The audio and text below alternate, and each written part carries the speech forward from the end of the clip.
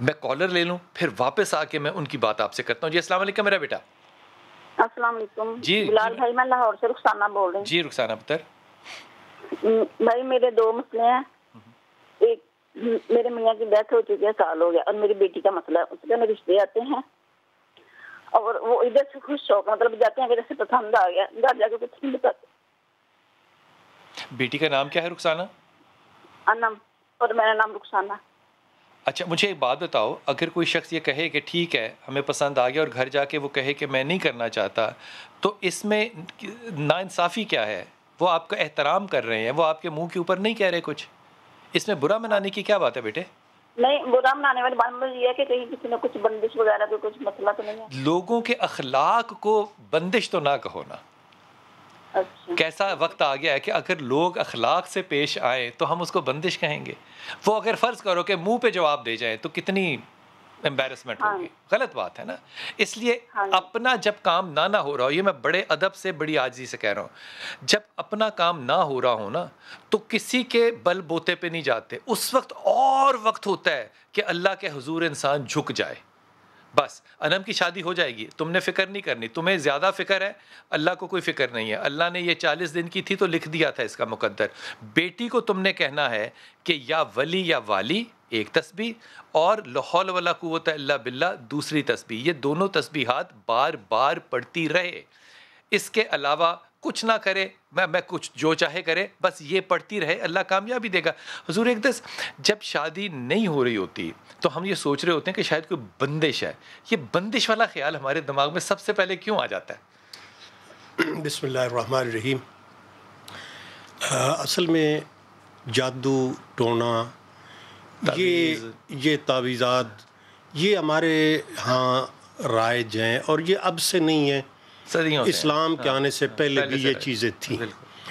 تو اب کے ماحول میں یہ سمجھا جاتا ہے, اور پھر یہاں بورڈ لگے ہوئے ہیں مختلف لوگوں کے, دکانیں کھلی ہیں, وہ یہ دعوت دے رہے ہوتے ہیں کہ آئیے ہم شادی بھی کرا دیں گے, کاروبار بھی کھل جائیں گے, یہ بھی ہو جائے گا. وہ آپ کے جو دل کے اندر امید ہے وہ بڑھائے گی, اور ہم اس کے لیے آپ کو تعویذ دیں گے, کوئی جادو دیں گے, کوئی ٹونا دیں گے. یہ تمام تر چیزیں ہم دیکھتے ہیں بورڈوں پر آویزاں ہوتی ہیں, اور یہ پھر غلط فہمیاں پیدا ہوتی ہیں. اور اس سے جو اچھے لوگ ہیں ان کے دماغوں کے اندر یہ چیز پیدا ہوتی ہے کہ کیا ہمارا جو یہ کام نہیں ہو رہا, کسی ہمارے دشمن نے ہمیں پریشان نہ کیا. یہ وہ بات ہے, وہ ہٹلر نے کہا تھا نا کہ ایک جھوٹ 100 دفعہ بولا جائے تو وہ سچ ہو جاتا ہے. تو یہ جھوٹ جو ہے یہ 1000 دفعہ بولا گیا تو پھر سچ ہی لگتا ہے. جو تسبیحیں میں نے 2 دی ہیں بیٹا, آپ نے صرف وہ پڑھنی ہے اور اللہ خیر کرے گا انشاءاللہ تعالیٰ, بہت جلد خیر ہوگا. جی راہیل السلام علیکم بیٹا. جی میرا پتر. بہت بہت آپ کا شکریہ کال ایک سے لینے کا. بہت اچھے سے میں کال کر رہی تھی, آپ سے بات نہیں ہو سکتی تھی. اور ویران صاحب میں اپنی والدہ کے حوالے سے نا بہت پریشان ہوں. ان کا جو ہے وہ بیمار ڈائبٹک ہیں, لیکن اس کے ساتھ ساتھ نا ان کو کچھ روحانی بھی مسائل ہیں. تو کچھ چیزیں ان کو نظر آتی ہیں, اور اس طرح سے وہ رات میں بھی وہ سو رہی ہوتی ہیں تو وہ کہتی ہیں کہ کچھ چیزیں ان کو تنگ کرتی ہیں, پریشان کرتی ہیں. تو اس حوالے سے میں آپ سے بات کرنا چاہ رہی ہوں. حوالے سے کریں نا بات, آپ, میں سن رہا ہوں آپ کی بات, کریں بات. جی, تو یہ کہ ان کو جو ہے وہ سمجھ میں نہیں آ رہا. گھر میں بھی الحمدللہ قرآن پاک پڑھا جاتا ہے, اس منزل پڑھی جاتی ہے, سورہ بقرہ کی آخری آیات ہیں وہ پڑھ کے ان کو پانی. میرے چندہ میری پیاری بچی, مسئلہ کیا ہے؟ مسئلہ یہ ہے کہ ان کے کچھ روحانی مسائل ہیں. روحانی مسائل سے کیا مطلب؟ اگر آپ ان سے بات کر لیں 2 جی کروائیے ضرور کروائیے. جی ماں جی السلام علیکم. السلام علیکم. جی میری ماں, آپ کا نام کیا ہے؟ بدر النساء. بدر النساء. مسئلہ کیا ہے بدر النساء, کیا ہوتا ہے؟ میرا بیٹا 20-22 سال سے میں ایک ایسی اذیت میں مبتلا ہوں. کوئی کہتا ہے کالا علم ہے, کوئی کہتا ہے جنات ہیں, لیکن مجھے چیزیں نظر آتی ہیں, مردوں کی تصویریں نظر آتی ہیں. تصویریں نظر آتی ہیں یا پورا مرد نظر آتا ہے؟ چہرہ نظر آتا ہے. رات کو یا صبح کو؟ رات کو بھی. اب تو دن کو بھی جب میری آنکھ جیسے لگے گی نا, تو ایک تو اثرات میرے اوپر اس طرح گھوم رہے ہوں گے چھوٹے کہ وہ میرے ہاتھوں کو کاٹیں گے, ہاتھوں کو پٹیں گے. بدر النساء آپ کی تو آنکھ لگ گئی, آپ تو سو گئیں, پھر آپ کو کیسے پتا ہے کہ اثرات نظر آ رہے ہیں؟ وہ مجھے جب کاٹتے ہیں میری آنکھ کھل جاتی ہے, جب آنکھ کھلتی ہے تو مجھے وہ ساری چیزیں سامنے نظر آتی ہیں. آپ کے شوہر حیات ہیں؟ مرد جی میرے پہلے تو یہ ہوتا تھا جہاں میں بیٹھی ہوئی ہوتی تھی ہاں وہاں یہ ساری چیزیں ہوتی تھی اور میرے ہی اوپر ہوتا تھا. اب تو کوئی گھر کا کونا ایسا نہیں ہے جہاں یہ نہیں ہو رہا. ابھی.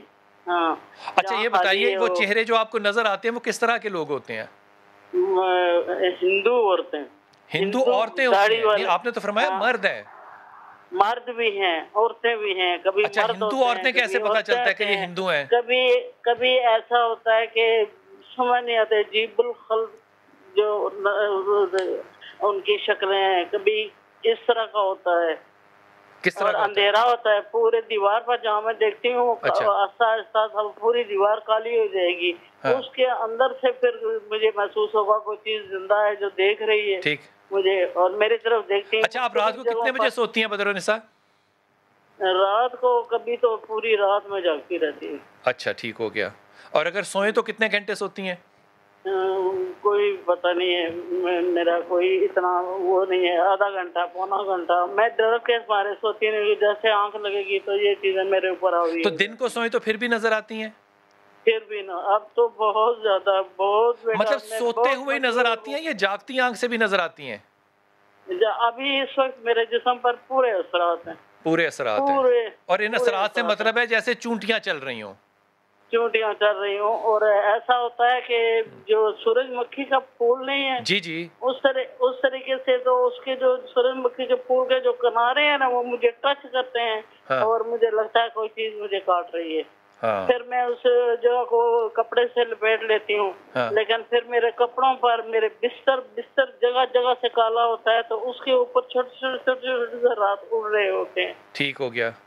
تو آپ نماز نوز پڑھتی ہیں کبھی کبھار؟ نماز میں پڑھتی تھی اشراق پڑھتی تھی سب پڑھتی تھی. اب کچھ نہیں پڑھ سکتے. اب میں نماز پڑھتی ہوں تو تہجد میں جو اتحیات یہاں پڑھنا ہوتی ہے وہاں الحمد پڑھ رہی ہوتی ہوں. جہاں پر سنت پڑھ رہی ہوتی ہوں تو فرض کی نیت کر رہی تھی. اور میرا دماغ جو ہے نا اس حد تک ختم ہو گیا ہے بالکل. اچھا یہ بتائیے آپ کے شوہر حیات ہیں؟ بالکل حیات ہیں. اور اس وقت بھی سورہ بقرہ پڑھ کے پانی دم کر کے بلاتے رہتے ہیں. 1.25 لاکھ آیت کریمہ پڑھ کے ایک دفعہ دوسری دفعہ تیسری دفعہ. ٹھیک ہو گیا. اچھا شوہر اچھے بچے ہیں؟ بہت اچھے بچے ہیں. ہم سید لوگ ہیں ماشاء اللہ تعالیٰ. اور آپ کی کتنی عمر ہے؟ میری 70 سال ہوگی عمر. 70 سال ہوگی. بیٹی ہے آپ کے پاس؟ اس کے فون پہ بات ہو سکتی ہے؟ ہاں میرے پاس میری بیٹی ہے. میرے لیے خصوصی بلال بیٹے آپ سے ہمارے گھر میں کوئی غیر محرم نہیں آ سکتا. ہم پردے دار لوگ ہیں آپ سمجھتے ہیں. آپ میری بیٹی سے بات کریں. وعلیکم السلام. شاہ جی مجھے یہ بتائیے کہ 70 سال ماں کی عمر ہے. بہت سے مسائل تو اور طرح کے لیکن ابھی تک آپ نے والدہ کو کسی سائیکائٹرسٹ کو کیوں نہیں دکھایا؟ بلال صاحب دکھانے کی جو کوشش کی تھی لیکن بلکہ گئے بھی تھے لیتے لیکن ان کی میڈیسن سے بھی کوئی خاص ان کو نہیں. دیکھو میری بیٹی بڑی واضح طور پہ بات ہے. مجھے پڑھی لکھی لگ رہی ہیں. یہ جو ہوتا ہے نا زکام ہوا اور آپ نے اینٹی بایوٹک کھایا 5 دن یا 7 دن کھا لیا, بہت ہوئے تو 10 دن کھا لیا, یہ سائیکوٹک ڈس آرڈر کی میڈیسن اس طرح سے نہیں ہو سکتی کہ فرق نظر آ جائے فوراً. یہ بہت لمبا عرصہ ہوتا ہے. دوسری بات یہ کہ اگر فرق نہیں پڑ رہا تو خدا کے واسطے دوبارہ جاتے ہیں نا یا ڈاکٹر بدلتے ہیں. تو یہ جو 1.25 لاکھ پہ آپ محنت کر رہے ہیں 3,000 روپیہ دے کے ایک پروفیسر کو کیوں نہیں ملا ابھی تک آپ نے بیٹا؟ اصل میں بلال صاحب کبھی کسی نے اس طرف گائیڈ ہی نہیں کیا کہ اس سائڈ پہ جانے کی ضرورت ہے. شاہ جی خدا کا خوف کریں. مطلب ایمانداری کی بات ہے. کون سا جن بابا, یہ میں بات تکبر میں نہیں کہہ رہا, یہ میں بات بالکل بڑی ایمانداری سے عاجزی سے کہہ رہا ہوں. کون سا جن بابا ہے جو سید زادیوں پہ آ گیا؟ خدا کا نام لے. کوئی جن بابا نہیں ہے جو کہ آ گیا. کوئی نظر نہیں ہے. کوئی کچھ نہیں ہے. یہ ٹپکل سمٹمز ہیں جو کہ ڈپریشن سے شروع ہوئے ہیں اور اب ایک سائیکوٹک ڈس آرڈر کے اندر جا رہے ہیں, شیزوفرینیا کی طرف یا بائی پولر کی طرف. جس طرف بھی جائیں یہ سائیکائٹرسٹ جو ہے وہ ڈیفائن کرے گا. لیکن اس کا 100% علاج ممکن ہے آج کی دنیا میں. آپ لوگ انتظار کر رہے ہیں. میں حیران ہوں اس بات پہ کہ آپ ایک میرے جیسے نالائق کی بات کو کہ اس پہ جادو ہو گیا ہے یا جنات ہیں اس کی بات پہ یقین کریں اور آپ یہ یقین نہ کریں کہ ان کو ایک میڈیکل پرابلم ہے. میں ایمانداری سے کہہ رہا ہوں کہ وہ ڈیمنشیا کی طرف نہیں جا رہی ہیں ابھی. ان کی یادداشت بڑی ٹھیک ہے اور لانگ ٹرم شارٹ ٹرم بڑی ٹھیک ہے. اس لیے ان کو میڈیسنز کی طرف لے کے جانا پڑے گا. پہلے یہ میڈیسنز میں ان کے جو سمٹم آئیں گے میں وہ بھی آپ سے عرض کرتا ہوں. انہوں نے زیادہ سونا شروع کر دینا ہے, پھر آپ کو پرابلم ہوگا کہ یہ زیادہ کیوں سو رہی ہیں, میڈیسن بند کرو. نہیں کرنا آپ نے جو ڈاکٹر نے کہنا ہے اس کو فالو کرنا ہے.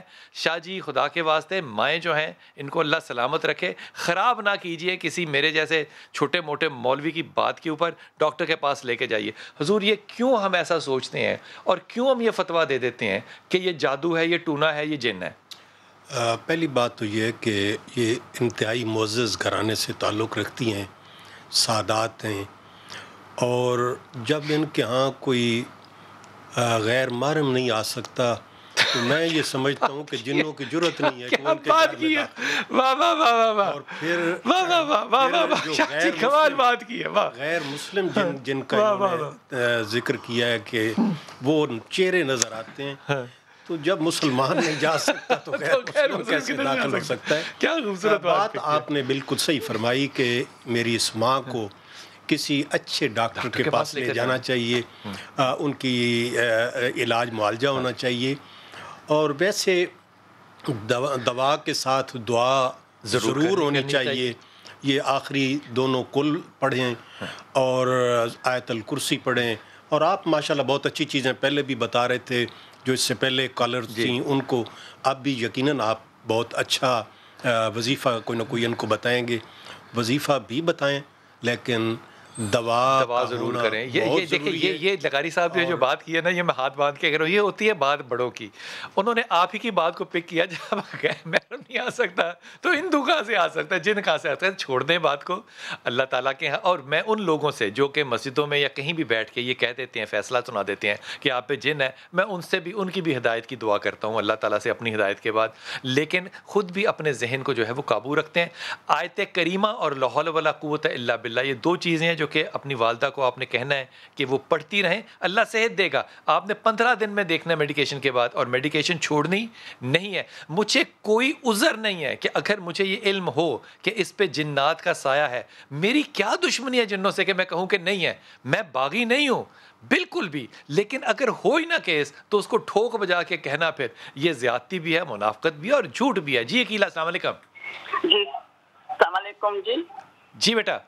جی میں مسز اظہر بات کر رہی ہوں. جی جی کراچی سے. جی فرمائیے. تو مجھے یہ عرض کرنی تھی کہ میرا نواسا ہے, وہ میری بیٹی جدے میں رہتی ہیں, محمد فاہم ان کا نام. محمد تو محمد فاہم فے سے. جی فے سے محمد فاہم نام ہے. اچھا. تو وہ 2 سال کے بعد اچانک پتہ چلا کہ وہ آٹزم کا شکار ہے. کس کا شکار ہے؟ آٹزم کا شکار چائلڈ ہے وہ. ٹھیک. جی. تو بلال بھائی بہت علاج کروا رہے ہیں, دنیاوی بھی دینی بھی, ساتھ وہ ماشاءاللہ دونوں میاں بیوی اللہ سے بھی عرض کر رہے ہیں. تو مطلب کوئی خاص فرق نہیں پڑ رہا.